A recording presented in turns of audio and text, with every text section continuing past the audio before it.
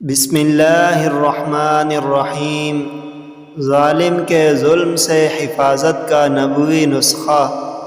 حضرت ابو رافع رضی اللہ عنہ فرماتے ہیں کہ حضرت عبداللہ بن جعفر رضی اللہ عنہ نے مجبور ہو کر حجاج بن یوسف سے اپنی بیٹی کی شادی کی اور بیٹی سے کہا کہ جب وہ تمہارے پاس اندر آئے تو تم یہ دعا پڑھنا: لا الہ الا اللہ الحلیم الکریم، سبحان اللہ رب العرش العظیم، والحمد للہ رب العالمین۔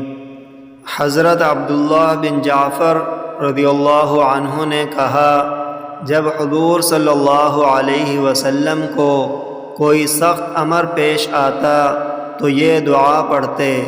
جب ان کی بیٹی نے یہ دعا پڑھی، اس کی وجہ سے حجاج اس کے قریب نہ آ سکا۔